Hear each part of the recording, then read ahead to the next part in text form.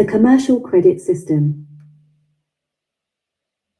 Reprinted from Freedom League, September-October 1984.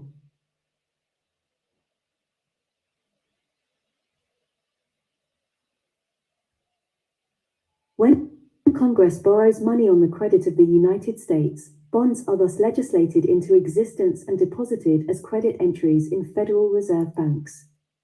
United States bonds, bills, and notes constitute money as affirmed by the Supreme Court, legal tender cases, 110 U.S. 421, and this money when deposited with the Fed becomes collateral from whence the Treasury may write checks against the credit thus created in its account, 12 U.S.C. 391.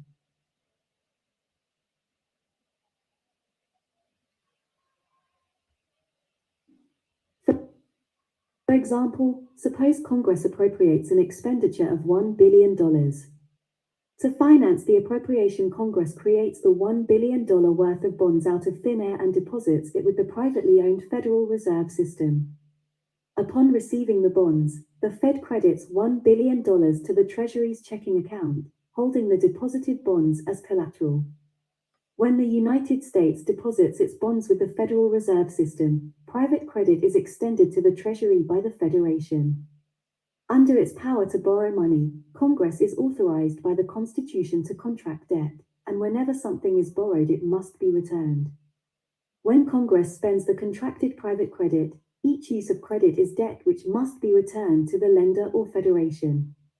Since Congress authorizes the expenditure of this private credit, the United States incurs the primary obligation to return the borrowed credit, creating a national debt which results when credit is not returned. However, if anyone else accepts this private credit and uses it to purchase goods and services, the user voluntarily incurs the obligation requiring him to make a return of income whereby a portion of the income is collected by the IRS and delivered to the Federal Reserve bankers. Actually, the federal income tax imparts two separate obligations, the obligation to file a return and the obligation to abide by the Internal Revenue Code. The obligation to make a return of income for using private credit is recognized in law as an irrecusable obligation, which according to Bouvier's Law Dictionary, 1914 ed., is a term used to indicate a certain class of contractual obligations recognized by the law which are imposed upon a person without his consent and without regard to any act of his own. This is distinguished from a recusable obligation which, according to Bouvier, arises from a voluntary act by which one incurs the obligation imposed by the operation of law. The voluntary use of private credit is the condition precedent which imposes the irrecusable obligation to file a tax return. If private credit is not used or rejected, the commercial credit system 19. Then the operation of law which imposes the irrecusable obligation lies dormant and cannot apply.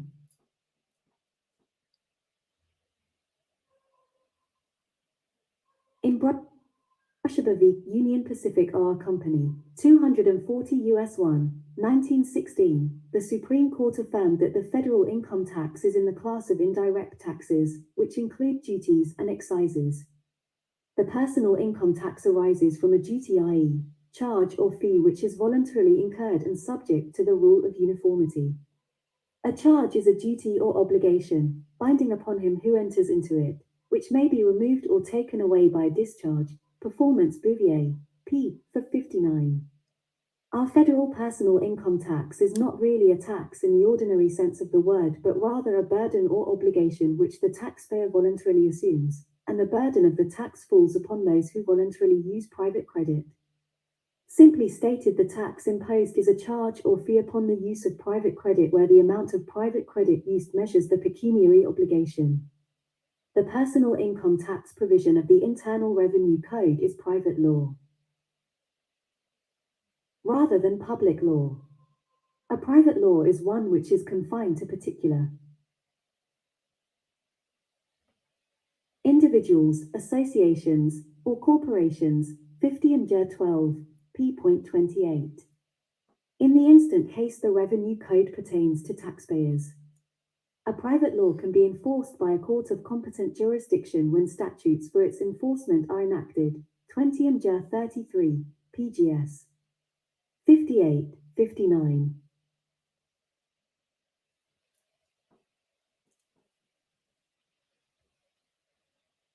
The distinction between public and private acts is not always sharply defined when published statutes are printed in their final form. Case v. Kelly, 133 U.S. 21, 1890. Statutes creating corporations are private acts. 20 MJ 35, p. 60.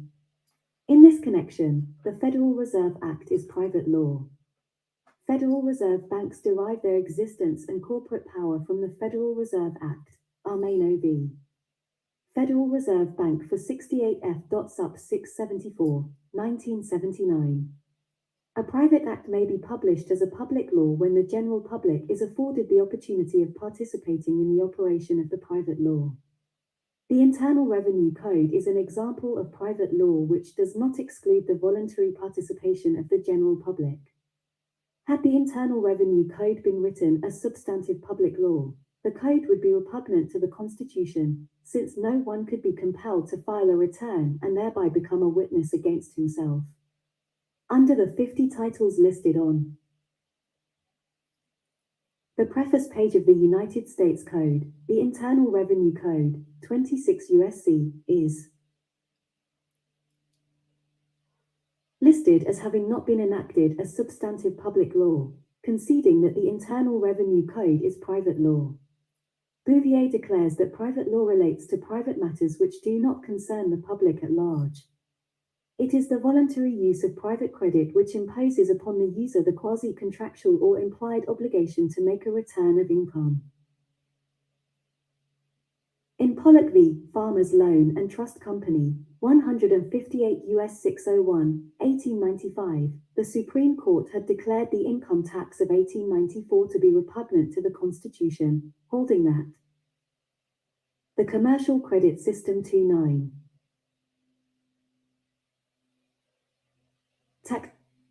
taxation of rents, wages and salaries must conform to the rule of apportionment. However, when this decision was rendered, there was no privately owned central bank issuing private credit and currency but rather public money in the form of legal tender notes and coins of the United States circulated. Public money is the lawful money of the United States which the Constitution authorizes Congress to issue, conferring a property right, whereas the private credit issued by the Fed is neither money nor property, permitting the user an equitable interest but denying a allodial title.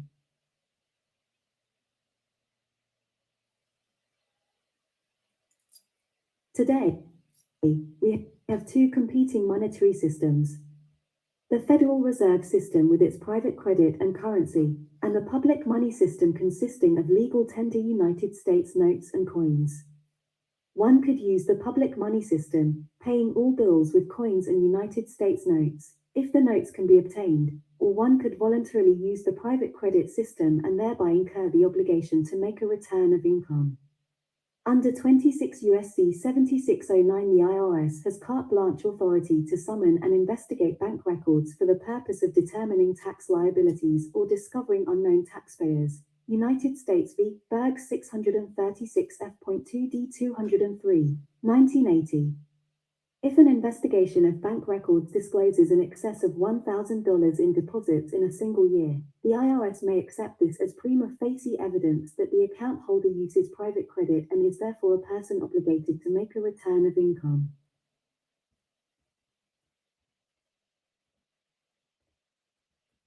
Anyone who uses private credit, example, bank accounts, credit cards, mortgages, etc., voluntarily plugs himself into the system and obligates himself to file.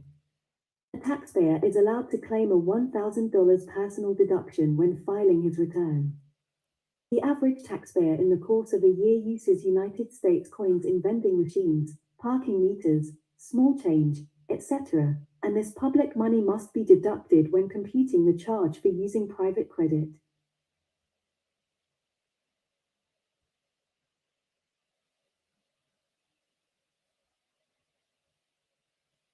On June 5, 1933, the day of infamy arrived. Congress, on that date, enacted House Joint Resolution, HJR 192, which provided that the people convert or turn in their gold coins in exchange for Federal Reserve notes. Through the operation of law, HJR 192 took us off the gold standard and placed us on the dollar standard, where the dollar could be manipulated by private interests for their self-serving benefit. By this single act, the people and their wealth were delivered to the bankers. When gold coinage was thus pulled out of circulation, large denomination Federal Reserve notes were issued to fill the void. As a consequence, the public money supply in circulation was greatly diminished, and the debt-laden private credit of the Fed gained supremacy. This action made private individuals who had been previously exempt from federal income taxes now liable for them, since the general public began consuming and using large amounts of private credit. Notice all the case law prior to 1933 which affirms that income is a profit or gain which arises from a government-granted. The Commercial Credit System 3.9. Privilege.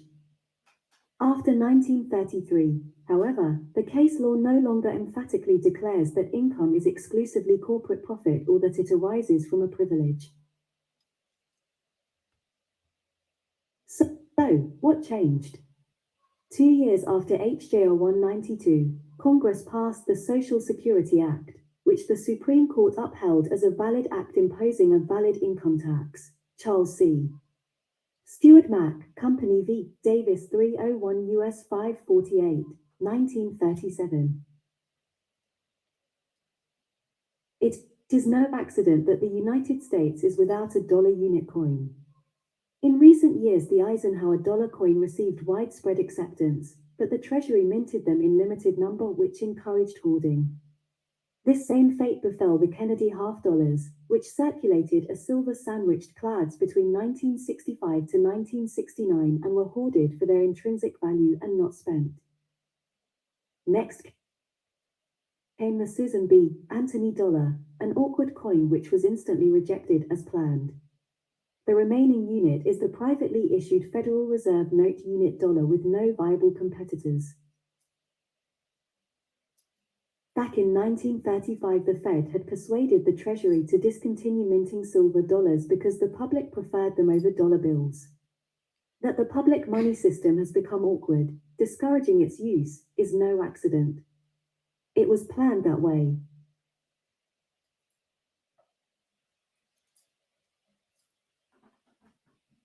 A major purpose behind the 16th Amendment was to give Congress authority to enforce private law collections of revenue. Congress had the plenary power to collect income taxes arising from government-granted privileges long before the 16th Amendment was ratified, and the amendment was unnecessary, except to give Congress the added power to enforce collections under private law, i.e., income from whatever source. So, the Fed got its amendment and its private income tax, which is a banker's dream but a nightmare for everyone else. Through the combined operation of the Fed and HJR 192, the United States pays exorbitant interest whenever it uses its own money deposited with the Fed, and the people pay outrageous income taxes for the privilege of living and working in their own country, robbed of their wealth and separated from their rights, laboring under a tax system written by a cabal of loan shark bankers and rubber-stamped by a spineless Congress. Congress has the power to abolish the Federal Reserve System and thus destroy the private credit system. However, the people have it within their power to strip the Fed of its powers, rescind private credit and get the bankers to pay off the national debt should Congress fail to act. The key to all this is 12 U.S.C. 411, which declares that Federal Reserve notes shall be redeemed in lawful money at any Federal Reserve Bank. Lawful money is defined as all the coins, notes, bills, bonds and securities of the United States. Joliet v. Greenman 110 U.S. 421, 448, 1884, whereas public money is the lawful money declared by Congress as a legal tender. The Commercial Credit System 4.9.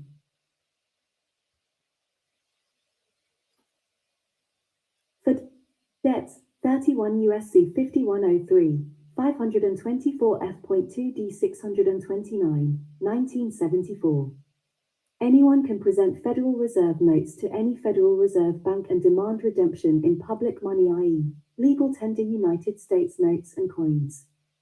A Federal Reserve note is a fixed obligation or evidence of indebtedness which pledges redemption, 12 U.S.C. 411, in public money to the note holder. The Fed maintains a ready supply of United States notes in $100 denominations for redemption purposes should it be required, and coins are available to satisfy claims for smaller amounts.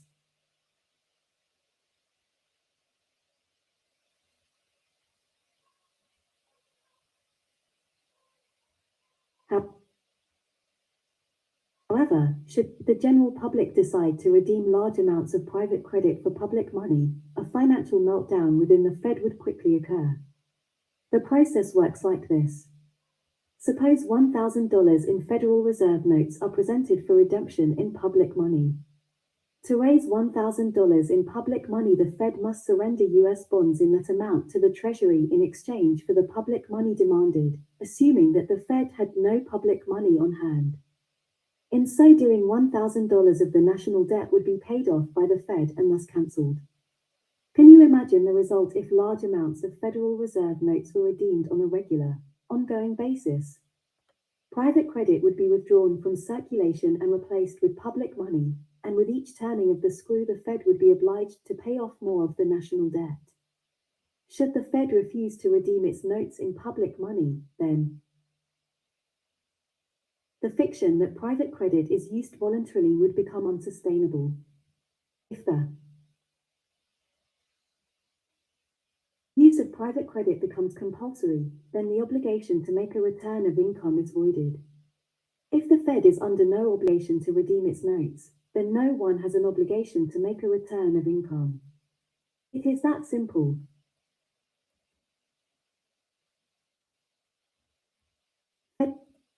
Federal Reserve notes are not money and cannot be tendered when money is demanded. 105 So. 305, 1925. Moreover, the Ninth Circuit rejected the argument that a $50 Federal Reserve note be redeemed in gold or silver coin after specie coinage had been rescinded, but upheld the right of the note holder to redeem his note in current public money.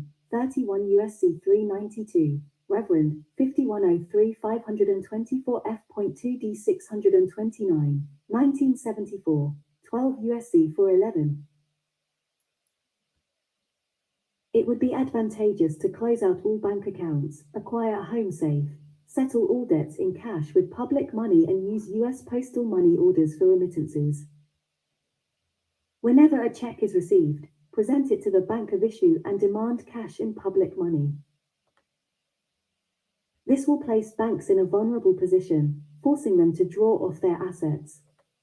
Through their insatiable greed, bankers have overextended, making banks quite illiquid. Should the people suddenly demand public money for their deposits and for checks received, many banks will collapse and be foreclosed by those demanding public money. The Commercial Credit System 5.9. Banks by their very nature are citadels of usury and sin, and the most patriotic service one could perform is to obligate bankers to redeem private credit.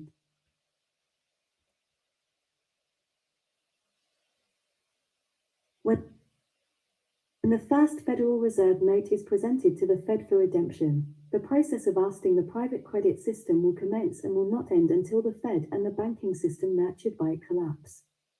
Coins comprise less than 5% of the currency, and current law limits the amount of United States notes in circulation to $300 million, 31 U.S.C. 5115.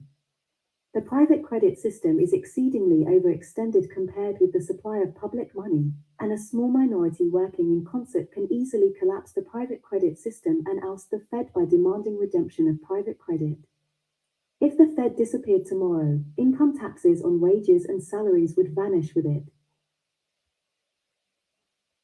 Moreover, the states are precluded from taxing United States notes for wheat. 316. According to Bouvier, Public money is the money which Congress can tax for public purposes mandated by the Constitution. Private credit, when collected in revenue, can fund programs and be spent for purposes not cognizable by the Constitution. We have in effect two competing governments, the United States government and the federal government.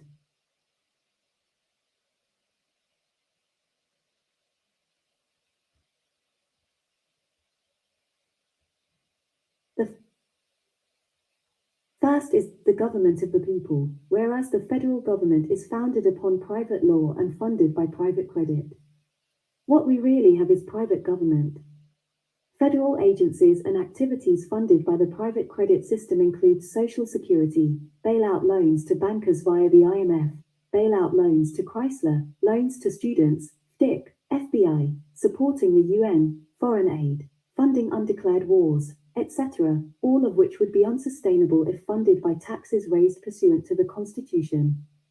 The personal income tax is not a true tax but rather an obligation or burden which is voluntarily assumed, since revenue is raised through voluntary contributions and can be spent for purposes unknown to the Constitution. Notice how the IRS declares in its publications that everyone is expected to contribute his fair share. True taxes must be spent for public purposes which the Constitution recognizes. Taxation for the purpose of giving or loaning money to private business enterprises and individuals is illegal. 15 and Rep 39, Cooley, Print Constable Law, Chapter 4. Revenue derived from the federal income tax goes into a private slush fund raised from voluntary contributions, and Congress is not restricted by the Constitution when spending or disbursing the proceeds from this private fund. It is incorrect to say that the personal federal income tax is unconstitutional, since the tax code is private law and resides outside the Constitution.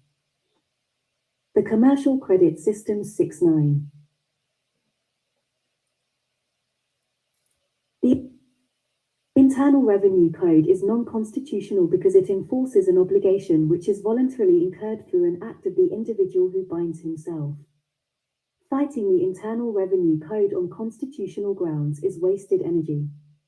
The way to bring it all down is to attack the Federal Reserve System and its banking cohorts by demanding that private credit be redeemed, or by convincing Congress to abolish the Federation. Never forget that private credit is funding the destruction of our country. The New Federalist is published weekly. Subscriptions are available at $20 for 50 issues, $35 for 100 issues. Make the commercial. Gonzalez rips Fed megabanks for usury. By Marsha Mary. Excerpts. Washington, June 14, 1993, EINS, Representative Henry Gonzalez, D. Texas, 77, Chairman of the House of Representatives Committee on Banking, Finance, and Urban Affairs, let fly last week against the Federal Reserve, derivatives speculation, and usury by megabanks. Representative Gonzalez's speech, delivered on late-night cable television, was a call to arms for citizens and their elected officials to intervene before it's too late, to avert disaster. Gonzalez slammed the Federal Reserve for being a private monopoly outside the constitutional control of the federal government, and for being guilty of usury.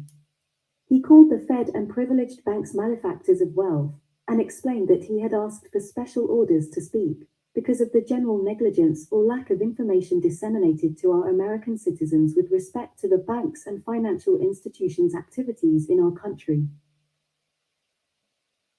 In his June 10th speech, Gonzalez observed, part of the problem is that, particularly among our largest banks, they are not in the banking business any longer, really.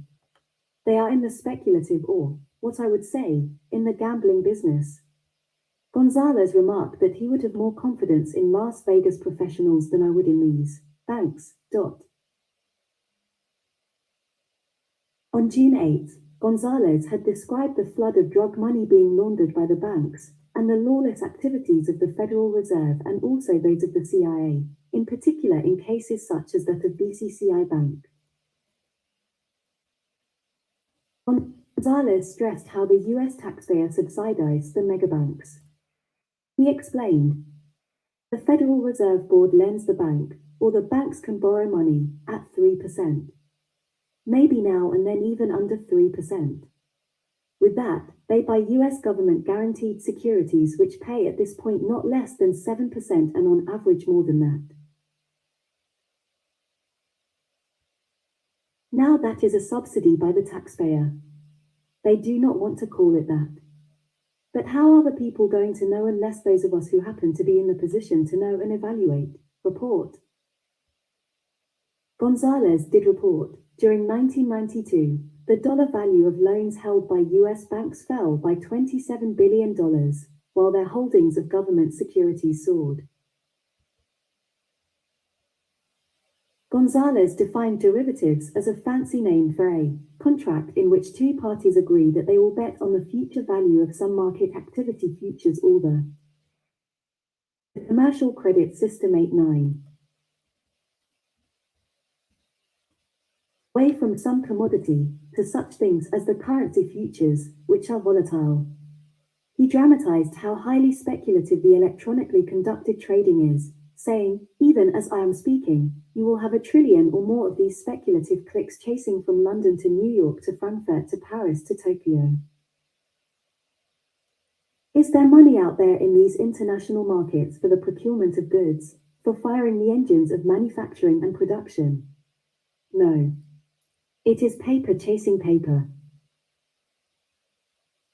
Gonzalez reported that the holdings of our principal banks in these derivatives rose from $2.3 trillion in 1986 to $8.3 trillion in 1989 and $15.3 trillion in 1991. He listed the estimated derivatives trading volume, compared to asset value, of the top 7 US banks: Citicorp, Chemical Banking Corporation, Chase Manhattan, Bankers Trust, First Chicago, Continental Banking, and Bank of America. He blasted their off-balance sheet speculative activity, and the way the Federal Deposit Insurance Corporation has covered it up.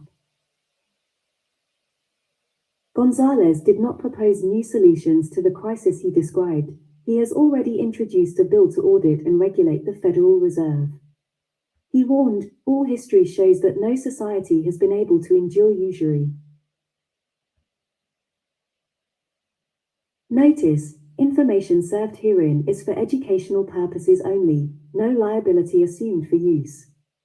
The information you obtain in this presentation is not, nor is it intended to be, legal advice. Author does not consent to unlawful action. Author advocates and encourages one and all to adhere to, support and defend all law which is particularly applicable. If anything in this presentation is found to be in error, a good faith effort will be made to correct it in timely fashion upon notification. Void where prohibited by law.